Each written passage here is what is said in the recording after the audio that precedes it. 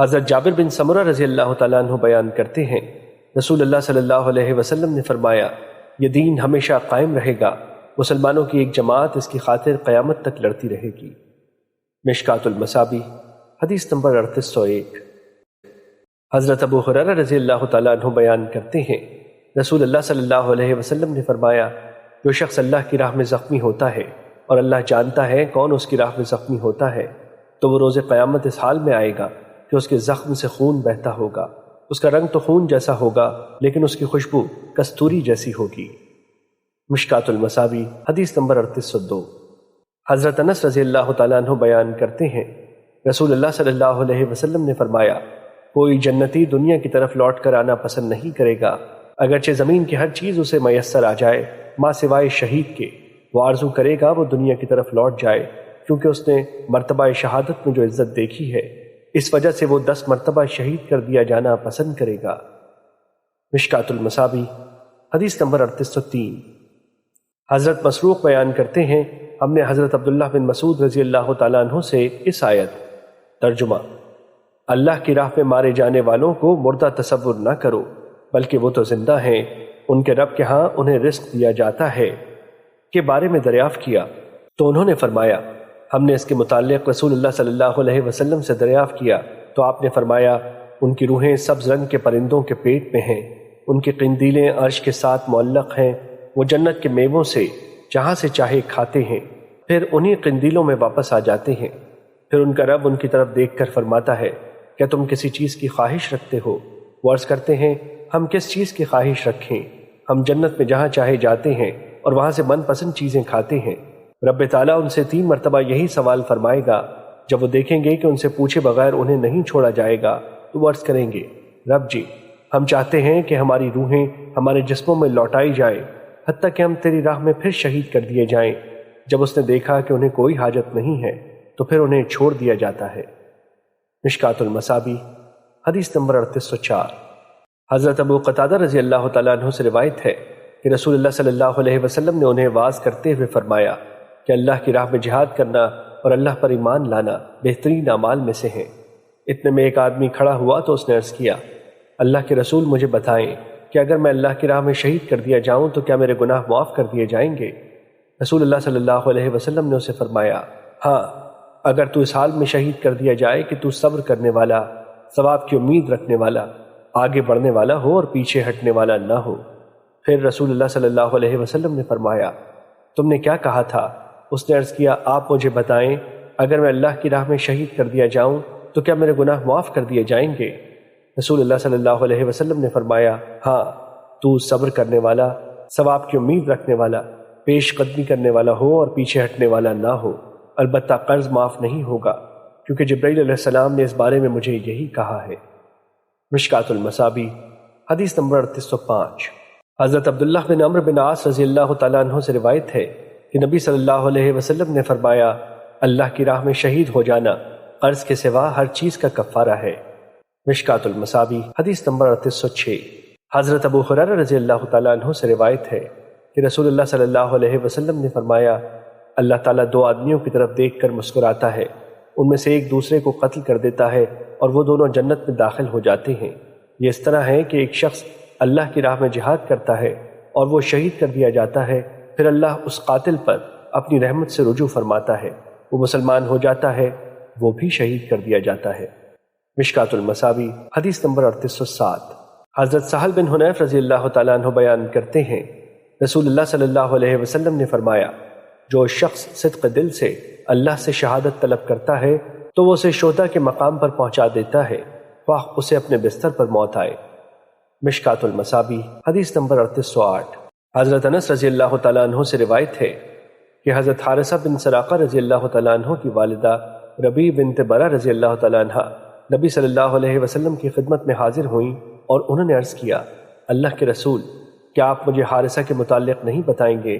وہ غزوہ بدر میں شہید کر دیے گئے تھے، انہیں نامعلوم تیر لگا تھا، اگر تو وہ جنت میں ہے تو میں صبر کروں گی، اور اگر اس کے علاوہ کسی اور جگہ پر ہے تو پھر میں ان پر خوب روؤں گی۔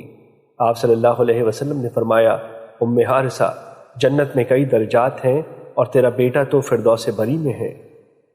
مشکات المصابیح حدیث نمبر 3809۔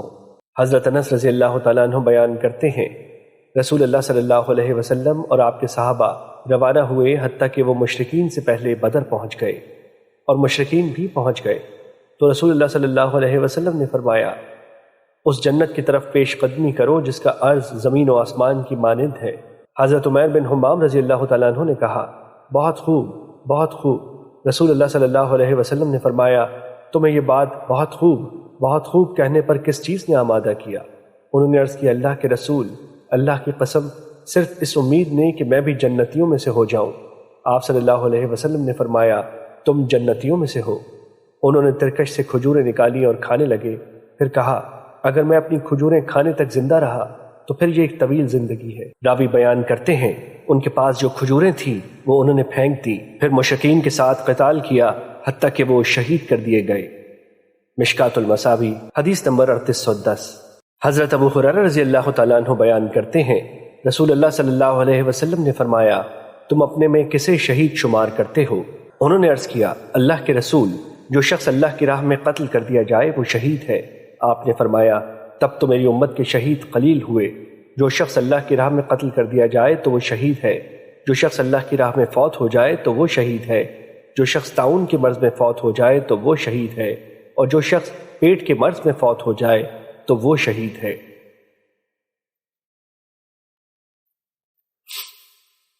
مشکات المصابیح حدیث نمبر 3811۔ حضرت عبداللہ بن عمرو رضی اللہ تعالیٰ عنہ بیان کرتے ہیں رسول اللہ صلی اللہ علیہ وسلم نے فرمایا جو جماعت یا لشکر جہاد کرتا ہے وہ مال غنیمت اور سلامتی کے ساتھ واپس آتا ہے تو اس نے اپنے اجر میں سے 2/3 حصے جلد یعنی دنیا میں حاصل کر لیے، اور جو جماعت یا لشکر جہاد میں زخمی ہوتا ہے اور شہید ہوتا ہے تو وہ مکمل اجر پاتا ہے۔ مشکات المصابیح حدیث نمبر 3812۔ حضرت ابو ہریرہ رضی اللہ تعالیٰ عنہ بیان کرتے ہیں رسول اللہ صلی اللہ علیہ وسلم نے فرمایا جو شخص اس حال میں فوت ہو کہ اس نے جہاد کیا اور نہ اس کے دل میں اس کا خیال آیا تو وہ نفاق کی موت مرا۔ مشکات المصابیح حدیث نمبر 3813۔ حضرت ابو موسیٰ رضی اللہ تعالیٰ عنہ بیان کرتے ہیں ایک آدمی نبی صلی اللہ علیہ وسلم کی خدمت میں حاضر ہوا اور اس نے عرض کیا ایک آدمی مال غنیمت کی خاطر قتال کرتا ہے، دوسرا آدمی شہرت کی خاطر لڑتا ہے، کوئی آدمی اپنا مقام و مرتبہ دکھانے کی خاطر لڑتا ہے تو ان میں سے اللہ کی راہ میں کون مقبول ہے؟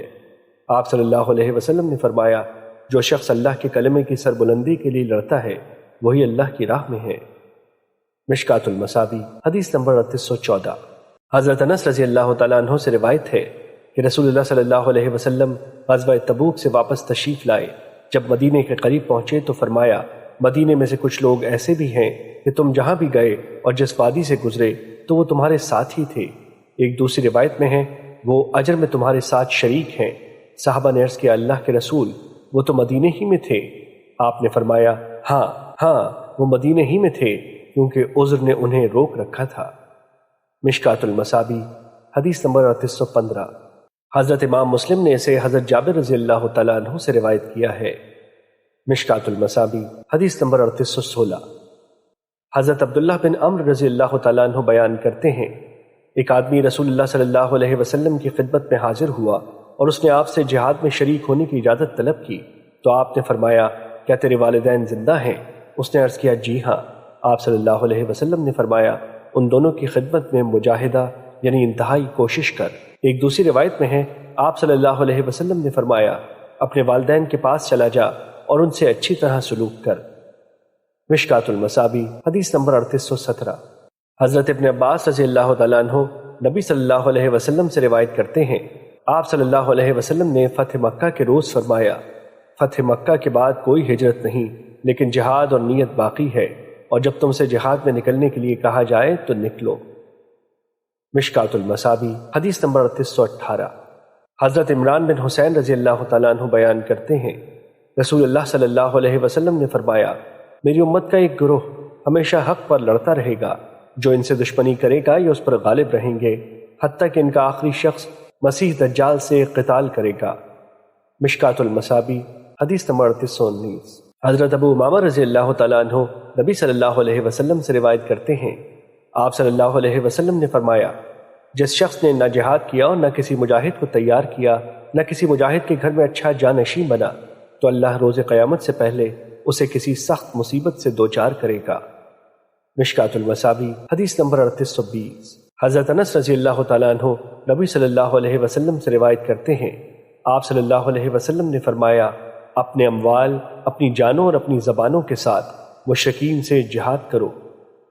مشکات المصابیح حدیث نمبر 3821۔ حضرت فضالہ بن عبید رضی اللہ تعالیٰ عنہ رسول اللہ صلی اللہ علیہ وسلم سے روایت کرتے ہیں، آپ نے فرمایا، اللہ کی راہ میں مورچہ بند ہونے کی حالت میں وفات پانے والے کے سوا ہر میت کا عمل ختم کر دیا جاتا ہے، مگر اس کے عمل میں قیامت تک اضافہ ہوتا رہتا ہے اور وہ فتنہ قبر سے محفوظ رہتا ہے۔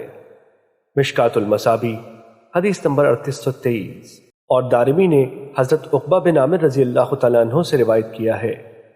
مشکات المصابیح حدیث نمبر 3824۔ حضرت معاذ بن جبل رضی اللہ تعالیٰ عنہ سے روایت ہے کہ انہوں نے رسول اللہ صلی اللہ علیہ وسلم کو فرماتے ہوئے سنا، جس شخص نے فواق ناقہ اونٹنی کا دودھ دوہتے وقت جب ایک بار تھن دبا کر چھوڑ دیا جاتا ہے اور پھر دوبارہ اسے دبایا جاتا ہے تو اس دوبارہ دبانے کے درمیانی وقفے کے برابر اللہ کی راہ میں جہاد کیا تو اس کے لیے جنت واجب ہو گئی، اور جس شخص کو اللہ کی راہ میں زخم لگا یا وہ کسی حادثے کا شکار ہوا تو وہ زخم جس قدر دنیا میں تھا اس سے کہیں زیادہ ہو کر روز قیامت آئے گا، اس کا رنگ زعفران کا سا ہوگا اور اس کی خوشبو کستوری کی ہوگی، اور جس شخص کو اللہ کی راہ میں کوئی پھوڑا نکلا تو اس پر شہداء کی مہر و علامت ہوگی۔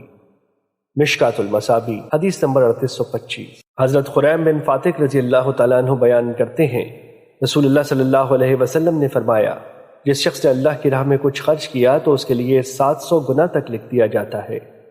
مشکات المصابیح حدیث نمبر 3826۔ حضرت ابو امامہ رضی اللہ تعالیٰ عنہ بیان کرتے ہیں، رسول اللہ صلی اللہ علیہ وسلم نے فرمایا، اللہ کی راہ میں خیمہ دینا، اللہ کی راہ میں خادم عنایت کرنا اور اللہ کی راہ میں اچھی سواری پیش کرنا سب سے افضل صدقہ ہے۔ مشکات المصابیح حدیث نمبر 3827۔ حضرت ابو ہریرہ رضی اللہ تعالیٰ عنہ بیان کرتے ہیں، رسول اللہ صلی اللہ علیہ وسلم نے فرمایا، جو شخص اللہ کے ڈر سے روئے وہ جہنم میں نہیں جائے گا حتیٰ کہ دودھ تھن میں واپس چلا جائے۔ کسی بندے پر اللہ کی راہ میں پڑنے والا غبار اور جہنم کا دھواں اکٹھے نہیں ہوں گے۔ امام نسائی نے دوسری روایت میں اضافہ نقل کیا ہے، مسلمانوں کے نتنے میں کبھی بھی جمع نہیں ہو سکتے، اور انہی کی دوسری روایت میں ہے، بندے کے پیٹ میں کبھی بھی جمع نہیں ہو سکتے، اور بندے کے دل میں بخل اور ایمان کبھی اکٹھے نہیں ہو سکتے۔ مشکات المصابیح حدیث نمبر 3828۔ حضرت ابن عباس رضی اللہ تعالیٰ عنہ بیان کرتے ہیں، رسول اللہ صلی اللہ علیہ وسلم نے فرمایا، 2 آنکھیں ہیں جنہیں جہنم کی آگ نہیں چھوئے گی، ایک وہ آنکھ جو اللہ کے ڈر سے روئی اور دوسری وہ آنکھ جو رات کے وقت اللہ کی راہ میں پہرا دیتی ہے۔ مشکات المصابیح حدیث نمبر 3829۔ حضرت ابو ہریرہ رضی اللہ تعالیٰ عنہ بیان کرتے ہیں، رسول اللہ صلی اللہ علیہ وسلم کے صحابہ میں سے ایک آدمی ایک گھاٹی کے پاس سے گزرا جس میں میٹھے پانی کا ایک چھوٹا سا چشمہ تھا۔ اسے یہ بھلا محسوس ہوا تو انہوں نے کہا، اگر میں لوگوں سے الگ تھلگ ہو جاؤں تو میں اس گھاٹی میں رہائش اختیار کر لوں۔ رسول اللہ صلی اللہ علیہ وسلم سے اس کا ذکر کیا گیا تو آپ نے فرمایا، ایسی خواہش مت کرو، کیونکہ تم میں سے کسی کا اللہ کی راہ میں ٹھہرنا اس کا اپنے گھر میں 70 سال نماز پڑھنے سے بہتر ہے۔ کیا تم پسند نہیں کرتے کہ اللہ تمہیں معاف فرما دے اور تمہیں جنت میں داخل فرما دے؟ اللہ کی راہ میں جہاد کرو۔ جس شخص نے فواق ناقہ یعنی تھن سے 2 دفعہ دودھ نکالنے کے درمیانی وقفے جتنا اللہ کی راہ میں قتال کیا تو اس پر جنت واجب ہو گئی۔ مشکات المصابیح حدیث نمبر 3830۔ حضرت عثمان رضی اللہ تعالیٰ عنہ رسول اللہ صلی اللہ علیہ وسلم سے روایت کرتے ہیں، آپ صلی اللہ علیہ وسلم نے فرمایا، اللہ کی راہ میں ایک دن نگہبانی کرنا 1000 دن کی عبادت سے بہتر ہے۔ مشکات المصابیح حدیث نمبر 3831۔ حضرت ابو ہریرہ رضی اللہ تعالیٰ عنہ سے روایت ہے کہ رسول اللہ صلی اللہ علیہ وسلم نے فرمایا، سب سے پہلے جنت میں داخل ہونے والے 3 شخص مجھ پر پیش کیے گئے، شہید، عفت و عصمت والا جو سوال کرنے سے بچتا ہے، اور وہ غلام جس نے اللہ کی عبادت اچھے انداز میں کی اور اپنے مالکوں سے بھی خیر خواہی کی۔ مشکات المصابیح حدیث نمبر 3832۔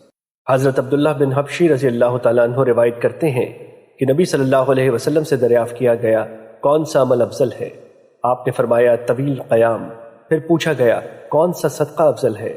آپ نے فرمایا، وہ جو کم مال والا بقدر گنجائش اپنی طاقت کے موافق صدقہ کرے۔ عرض کیا گیا کون سی ہجرت افضل ہے؟ فرمایا جس نے اللہ کی حرام کردہ چیز کو چھوڑ دیا۔ پوچھا گیا کون سا جہاد افضل ہے؟ فرمایا جس نے اپنے مال اور اپنی جان سے مشرکین کے ساتھ جہاد کیا۔ عرض کیا گیا کون سا قتل زیادہ باعث شرف ہے؟ آپ نے فرمایا جس کا خون بہا دیا جائے اور اس کے گھوڑے کی کونچیں کاٹ دی جائیں۔ اور نسائی کی روایت میں ہے کہ نبی صلی اللہ علیہ وسلم سے دریافت کیا گیا کہ کون سے اعمال سب سے افضل ہیں؟ آپ صلی اللہ علیہ وسلم نے فرمایا وہ ایمان جس میں کوئی شک نہ ہو، وہ جہاد جس میں کوئی خیانت نہ ہو، اور حج مقبول۔ پھر عرض کیا گیا کون سی نماز افضل ہے؟ آپ نے فرمایا جس میں لمبا قیام ہو۔ مشکات المصابیح حدیث نمبر 3833۔ حضرت مقدام بن معدی کر رضی اللہ تعالیٰ عنہ بیان کرتے ہیں رسول اللہ صلی اللہ علیہ وسلم نے فرمایا شہید کے لیے اللہ کے ہاں 6 انعامات ہیں۔ اسے پہلا قطرہ خون گرنے پر بخش دیا جاتا ہے، اس کا جنت میں ٹھکانہ اسے دکھا دیا جاتا ہے، اسے عذاب قبر سے بچا لیا جاتا ہے، وہ قیامت کی بڑی گھبراہٹ سے محفوظ رہے گا، اس کے سر پر وقار کا تاج رکھ دیا جائے گا، اس کا ایک یاقوت دنیا اور اس میں جو کچھ ہے اس سے بہتر ہے، 72 حوروں سے اس کی شادی کرائی جائے گی اور اس کے 70 رشتہ داروں کے بارے میں اس کی سفارش قبول کی جائے گی۔ مشکات المصابیح حدیث نمبر 3834۔ حضرت ابو امامہ رضی اللہ تعالیٰ عنہ نبی صلی اللہ علیہ وسلم سے روایت کرتے ہیں آپ صلی اللہ علیہ وسلم نے فرمایا اللہ کو 2 قطروں اور 2 نشانوں میں سے زیادہ کوئی چیز پسند نہیں، اللہ کے ڈر سے گرنے والا آنسو اور اللہ کی راہ میں بہایا جانے والا خون کا قطرہ۔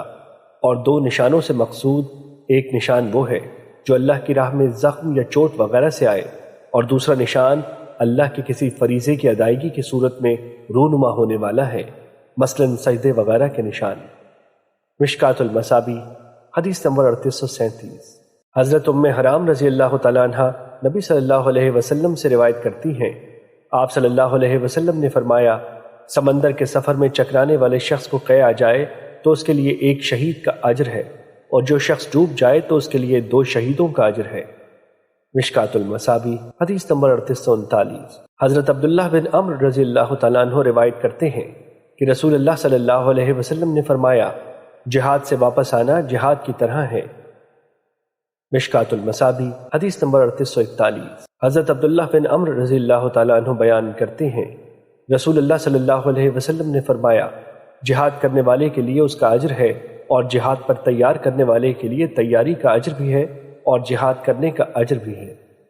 مشکات المصابیح حدیث نمبر 3842۔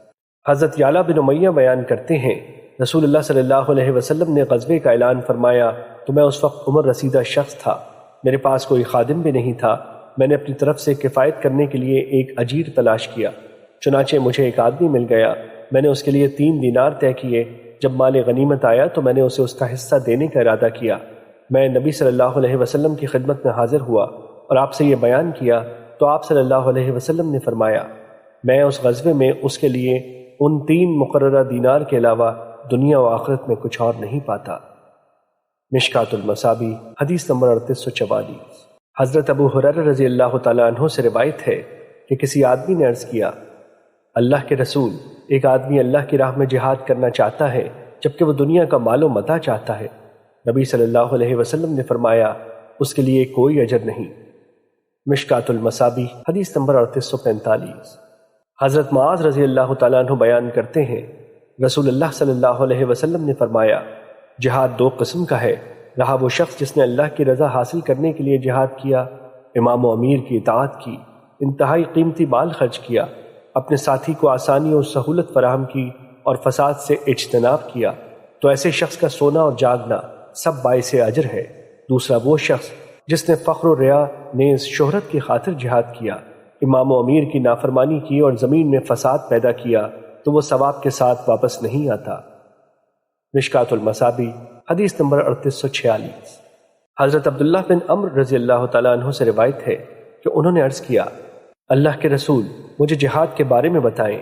آپ صلی اللہ علیہ وسلم نے فرمایا عبداللہ بن عمرو، اگر تم نے ثابت قدمی اور ثواب کی امید رکھنے کی نیت سے جہاد کیا تو اللہ تمہیں اسی نیت کے مطابق صابر و محتسب کے طور پر اٹھائے گا، اور اگر تم نے دکھلانے کے لیے اور تکاثر و تفاخر کے طور پر جہاد کیا تو اللہ تمہیں ریاکار اور فخر کرنے والا بنا کر اٹھائے گا۔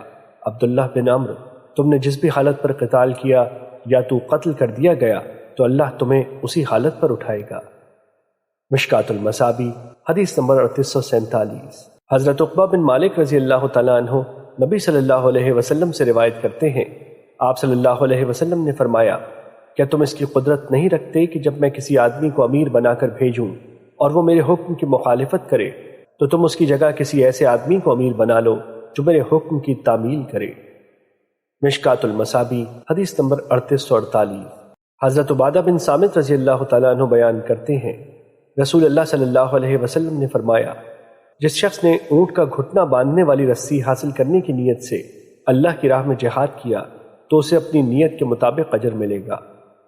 مشکات المصابی حدیث نمبر 3850۔ جو شخص اللہ کے رب ہونے، اسلام کے دین ہونے اور محمد صلی اللہ علیہ وسلم کے رسول ہونے پر راضی ہو گیا تو اس کے لیے جنت واجب ہو گئی۔ ابو سعید رضی اللہ تعالیٰ عنہ نے ان کلمات پر تعجب کرتے ہوئے عرض کیا، اللہ کے رسول، یہ کلمات مجھے دوبارہ سنائیں۔ آپ نے یہ کلمات انہیں دوبارہ سنائے، پھر آپ صلی اللہ علیہ وسلم نے فرمایا، ایک اور چیز ہے جس کی وجہ سے اللہ بندے کو جنت میں 100 درجے بلند فرما دیتا ہے۔ ہر 2 درجوں کے درمیان اس قدر فاصلہ ہے جیسے زمین و آسمان کے درمیان فاصلہ ہے۔ انہوں نے عرض کیا، اللہ کے رسول وہ کیا ہے؟ آپ صلی اللہ علیہ وسلم نے فرمایا، اللہ کی راہ میں جہاد کرنا، اللہ کی راہ میں جہاد کرنا، اللہ کی راہ میں جہاد کرنا۔ مشکات المصابی حدیث نمبر 3851۔ حضرت ابو موسیٰ رضی اللہ تعالیٰ عنہ بیان کرتے ہیں، رسول اللہ صلی اللہ علیہ وسلم نے فرمایا، جنت کے دروازے تلواروں کے سائے تلے ہیں۔ یہ سن کر ایک فقیر الحال شخص کھڑا ہوا اور اس نے عرض کیا، ابو موسیٰ، کیا تم نے رسول اللہ صلی اللہ علیہ وسلم کو یہ فرماتے ہوئے سنا ہے؟ انہوں نے کہا، ہاں۔ وہ شخص اپنے ساتھیوں کی طرف پلٹا اور کہا، میرا تمہیں سلام پہنچے۔ پھر اس نے اپنی تلوار کے نیام توڑ کر پھینک دی اور اپنی تلوار لے کر دشمن کی طرف بڑھا اور وہ اس کے ساتھ قتال کرتے کرتے شہید ہو گیا۔ مشکات المصابی حدیث نمبر 3852۔ حضرت ابن عباس رضی اللہ تعالیٰ عنہ سے روایت ہے کہ رسول اللہ صلی اللہ علیہ وسلم نے اپنے صحابہ سے فرمایا، جب غزوہ احد میں تمہارے بھائی شہید کر دیے گئے تو اللہ تعالیٰ نے ان کی روحیں سبز پرندوں کے پیٹ میں داخل کر دی۔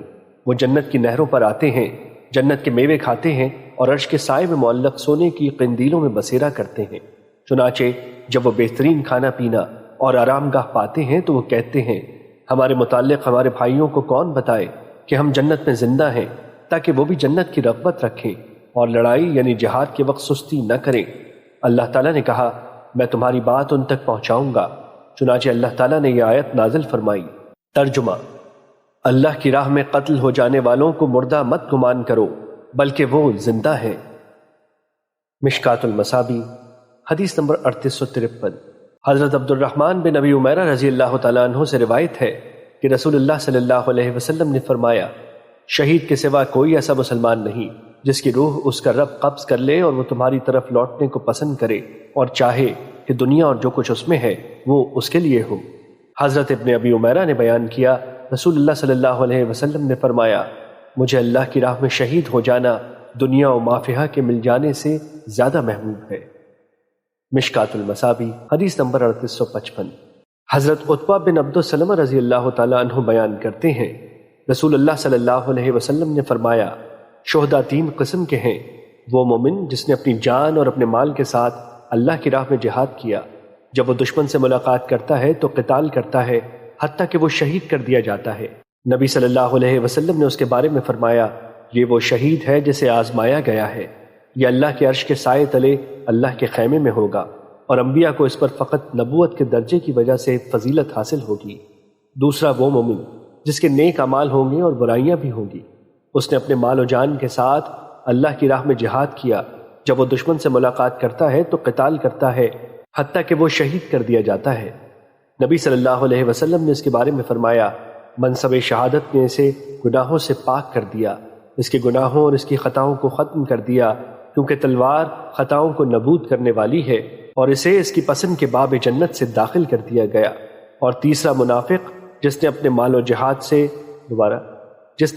جان سے جہاد کیا، یہ شخص آگ میں ہے، کیونکہ تلوار نفاق نہیں مٹاتی۔ مشکات المصابی حدیث نمبر 3859۔ حضرت عقبہ بن عامر رضی اللہ تعالیٰ عنہ بیان کرتے ہیں، میں نے رسول اللہ صلی اللہ علیہ وسلم کو ممبر پر فرماتے ہوئے سنا، اور جہاں تک ممکن ہو ان کے مقابلے کے لیے قوت تیار رکھو۔ سن لو، بے شک قوت سے مقصود تیر اندازی ہے۔ خبردار، قوت سے مقصود تیر اندازی ہے، سن لو، قوت سے مراد تیر اندازی ہے۔ مشکات المصابیح حدیث نمبر 3861۔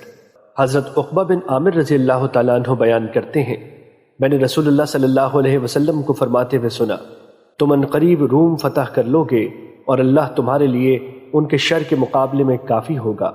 تم میں سے کوئی اپنے تیر کے ساتھ مشغول رہنے میں سستی نہ کرے۔ مشکات المصابیح حدیث نمبر 3862۔ حضرت عقبہ بن عامر رضی اللہ تعالیٰ عنہ بیان کرتے ہیں، میں نے رسول اللہ صلی اللہ علیہ وسلم کو فرماتے ہوئے سنا، جس نے تیر اندازی سیکھی اور پھر اسے ترک کر دیا تو وہ ہم میں سے نہیں، یا فرمایا اس نے نافرمانی کی۔ مشکات المصابیح حدیث نمبر 3863۔ حضرت سلمہ بن اکوع رضی اللہ تعالیٰ عنہ بیان کرتے ہیں، رسول اللہ صلی اللہ علیہ وسلم اسلم قبیلے کے لوگوں کے پاس تشریف لائے۔ وہ بازار میں تیر اندازی کر رہے تھے۔ آپ نے فرمایا، بنو اسماعیل تیر اندازی کرو، کیونکہ تمہارے باپ تیر انداز تھے اور میں فلاں قبیلے کے ساتھ ہوں۔ انہوں نے اپنے ہاتھ روک لیے تو آپ نے فرمایا، تمہیں کیا ہوا؟ انہوں نے عرض کیا، ہم کیسے تیر اندازی کریں جبکہ آپ فلاں قبیلے کے ساتھ ہیں؟ آپ صلی اللہ علیہ وسلم نے فرمایا، تیر اندازی کرو اور میں آپ سب کے ساتھ ہوں۔ مشکات المصابیح حدیث نمبر 3864۔ حضرت انس رضی اللہ تعالیٰ عنہ بیان کرتے ہیں، حضرت ابو طلحہ رضی اللہ تعالیٰ عنہ نبی صلی اللہ علیہ وسلم کے ساتھ ایک ہی ڈھال سے بچاؤ کر رہے تھے، اور ابو طلحہ بہترین تیر انداز تھے۔ جب وہ تیر پھینکتے تھے تو نبی صلی اللہ علیہ وسلم ابو طلحہ کے تیر پر نظر رکھتے اور آپ صلی اللہ علیہ وسلم ان کے تیر گرنے کی جگہ دیکھتے تھے۔ مشکات المصابیح حدیث نمبر 3865۔ حضرت انس رضی اللہ تعالیٰ عنہ بیان کرتے ہیں، رسول اللہ صلی اللہ علیہ وسلم نے فرمایا، گھوڑوں کی پیشانیوں میں برکت ہے۔ مشکات المصابیح حدیث نمبر 3866۔ حضرت جریر بن عبداللہ رضی اللہ تعالیٰ عنہ بیان کرتے ہیں، میں نے رسول اللہ صلی اللہ علیہ وسلم کو اپنی انگلی سے گھوڑے کی پیشانی کے بالوں کو بل دیتے دیکھا، اور آپ اس وقت فرما رہے تھے، گھوڑوں کی پیشانی کے ساتھ روز قیامت تک خیر و برکت باندھ دی گئی ہے، اور اس خیر سے مراد ثواب اور مال غنیمت ہے۔ مشکات المصابیح حدیث نمبر 3867۔ حضرت ابو ہریرہ رضی اللہ تعالیٰ عنہ بیان کرتے ہیں، رسول اللہ صلی اللہ علیہ وسلم نے فرمایا، جس شخص نے اللہ پر ایمان لاتے ہوئے اور اس کے وعدے کو سچا جانتے ہوئے اللہ کی راہ میں گھوڑا باندھا تو اس کی شکم سیری اور سیرابی، اس کی لید اور اس کا پیشاب روز قیامت اس کے میزان یعنی نیکیوں کے پلڑے میں ہوں گے۔ مشکات المصابیح حدیث نمبر 3868۔ حضرت ابو ہریرہ رضی اللہ تعالیٰ عنہ بیان کرتے ہیں، رسول اللہ صلی اللہ علیہ وسلم گھوڑے میں الشکال ناپسند کیا کرتے تھے۔ الشکال یہ ہے کہ گھوڑے کے دائیں پاؤں اور بائیں ہاتھ میں سفیدی ہو، یا اس کے دائیں ہاتھ اور اس کے بائیں پاؤں میں سفیدی ہو۔ مشکات المصابیح حدیث نمبر 3869۔ حضرت عبداللہ بن عمر رضی اللہ تعالیٰ عنہ سے روایت ہے کہ رسول اللہ صلی اللہ علیہ وسلم نے تربیت یافتہ گھوڑوں کے درمیان حفیہ سے سنیت الوداع کے مابین گھوڑ دوڑ کروائی، اور ان دونوں کے درمیان 6 میل ہے، اور غیر تربیت یافتہ گھوڑوں کے درمیان سنیہ سے بنو زریق کی مسجد تک گھوڑ دوڑ کروائی، اور ان دونوں کے درمیان 1 میل کی مسافت ہے۔ مشکات المصابیح حدیث نمبر 3870۔ حضرت انس رضی اللہ تعالیٰ عنہ بیان کرتے ہیں، رسول اللہ صلی اللہ علیہ وسلم کی عزبہ نامی اونٹنی تھی، اور وہ سب سے آگے رہتی تھی۔ ایک اعرابی جب اپنے اونٹ پر آیا تو وہ اس سے آگے نکل گیا۔ جو مسلمانوں پر ناگوار گزرا تو رسول اللہ صلی اللہ علیہ وسلم نے فرمایا، بے شک یہ اللہ کا دستور ہے کہ جو چیز دنیا میں عروج پر پہنچ جاتی ہے تو وہ اسے پستی کی طرف دھکیل دیتا ہے۔ مشکات المصابیح حدیث نمبر 3871۔ حضرت عقبہ بن عامر رضی اللہ تعالیٰ عنہ بیان کرتے ہیں، میں نے رسول اللہ صلی اللہ علیہ وسلم کو فرماتے ہوئے سنا، اللہ تعالیٰ ایک تیر کی وجہ سے 3 آدمیوں کو جنت عطا فرمائے گا، تیر بنانے والا جو اپنے بنانے میں ثواب کی امید رکھتا ہو، اور اسے پھینکنے والا، اور اسے یعنی تیر انداز کو پکڑانے والا۔ تیر اندازی کرو اور گھوڑ سواری کرو، اور تمہارا تیر اندازی کرنا تمہاری گھوڑ سواری سے مجھے زیادہ محبوب ہے۔ ہر وہ چیز جس سے انسان کھیلتا ہے اور اس کے ساتھ مشغول ہوتا ہے وہ باطل ہے، البتہ اس کا کمان کے ساتھ تیر اندازی کرنا، اپنے گھوڑے کی تربیت کرنا اور اس کا اپنی اہلیہ کے ساتھ مشغول ہونا حق ہے۔ امام ابو داؤد اور امام دارمی نے یہ اضافہ نقل کیا ہے۔ جس شخص نے تیر اندازی سیکھنے کے بعد اس سے عدم رغبت کی بنا پر اسے ترک کر دیا تو وہ ایک نعمت تھی جسے اس نے ترک کر دیا، یا فرمایا اس کی ناشکری کی۔ مشکات المصابیح حدیث نمبر 3872۔ حضرت ابو نجیح سلمی رضی اللہ تعالیٰ عنہ بیان کرتے ہیں، میں نے رسول اللہ صلی اللہ علیہ وسلم کو فرماتے ہوئے سنا، جس شخص نے اللہ کی راہ میں کسی کافر کو نشانے پر تیر لگایا تو اسے جنت میں ایک درجہ حاصل ہو گیا۔ جس نے اللہ کی راہ میں تیر اندازی کی تو وہ اس کے لیے غلام آزاد کرنے کے برابر ہے، اور جو شخص اسلام میں بوڑھا ہوا تو روز قیامت اس کے لیے نور ہوگا۔ مشکات المصابیح حدیث نمبر 3873۔ حضرت ابو ہریرہ رضی اللہ تعالیٰ عنہ بیان کرتے ہیں، رسول اللہ صلی اللہ علیہ وسلم نے فرمایا، انعام صرف تیر اندازی، اونٹ اور گھوڑے میں ہے۔ مشکات المصابیح حدیث نمبر 3874۔ حضرت عمران بن حسین رضی اللہ تعالیٰ عنہ بیان کرتے ہیں، رسول اللہ صلی اللہ علیہ وسلم نے فرمایا، نہ جلب ہے اور نہ جنب۔ راوی یحییٰ نے اپنی روایت میں گھوڑ دوڑ کا اضافہ کیا۔ جلب یعنی مقابلے میں شریک شخص اپنے کسی ساتھی کو کہے کہ راستے میں میرے گھوڑے کو آواز لگا دینا جس سے یہ اور تیز دوڑے گا۔ جنب یعنی پہلو میں دوڑنے والا وہ گھوڑا جس پر دوڑنے والا اپنے گھوڑے کے تھکنے کی صورت میں منتقل ہو جائے۔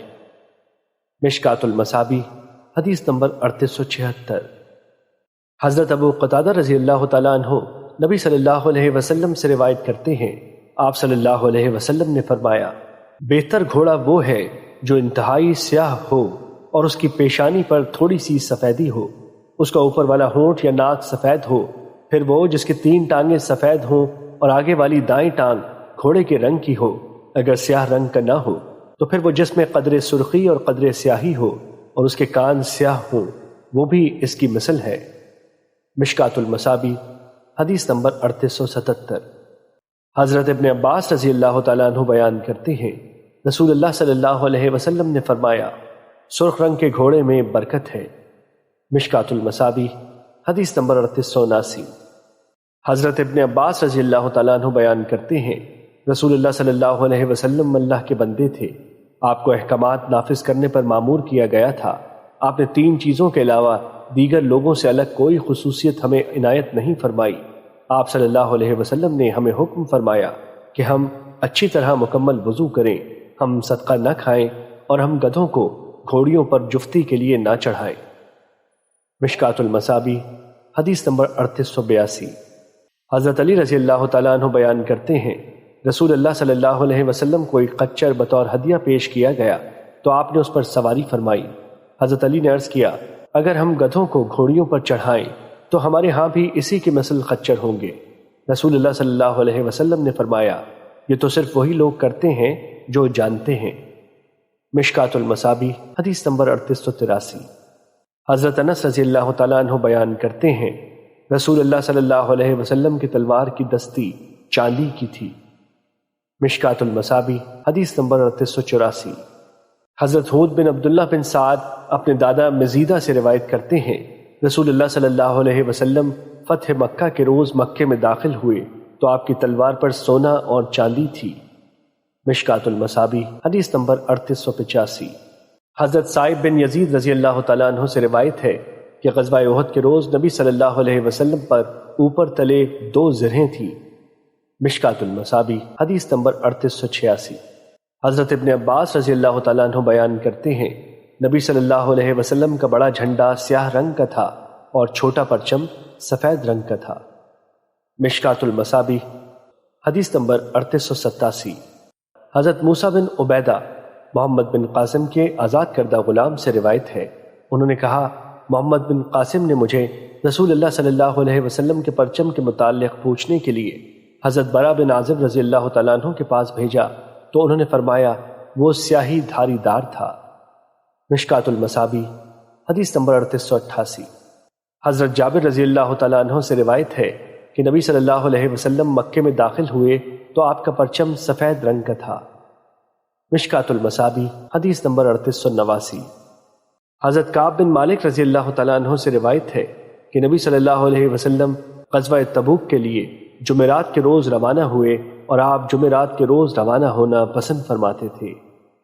مشکات المصابیح حدیث نمبر 3892۔ حضرت عبداللہ بن عمر رضی اللہ تعالیٰ عنہ بیان کرتے ہیں، رسول اللہ صلی اللہ علیہ وسلم نے فرمایا، اگر لوگوں کو تنہا سفر کرنے کی ان خرابیوں کا علم ہو جائے جو مجھے معلوم ہیں تو کوئی سوار تنہا ایک رات کا بھی سفر نہ کرے۔ مشکات المصابیح حدیث نمبر 3893۔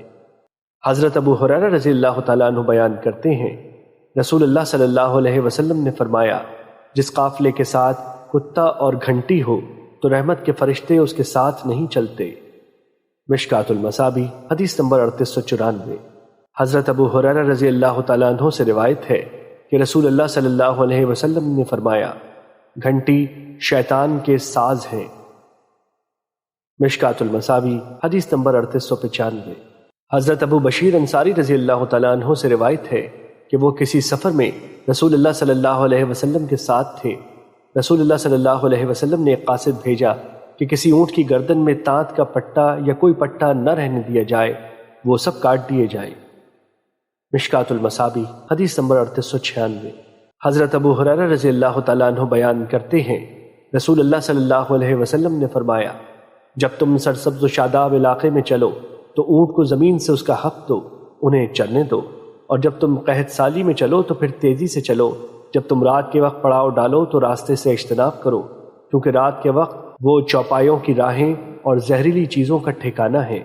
اور ایک دوسری روایت میں ہے، جب تم قحط سالی میں سفر کرو تو پھر جب تک ان اونٹوں کا گودا باقی ہے جلدی سے سفر کرو۔ مشکات المصابیح حدیث نمبر 3897۔ حضرت ابو سعید خدری رضی اللہ تعالیٰ عنہ بیان کرتے ہیں، ہم رسول اللہ صلی اللہ علیہ وسلم کے ساتھ سفر میں تھے۔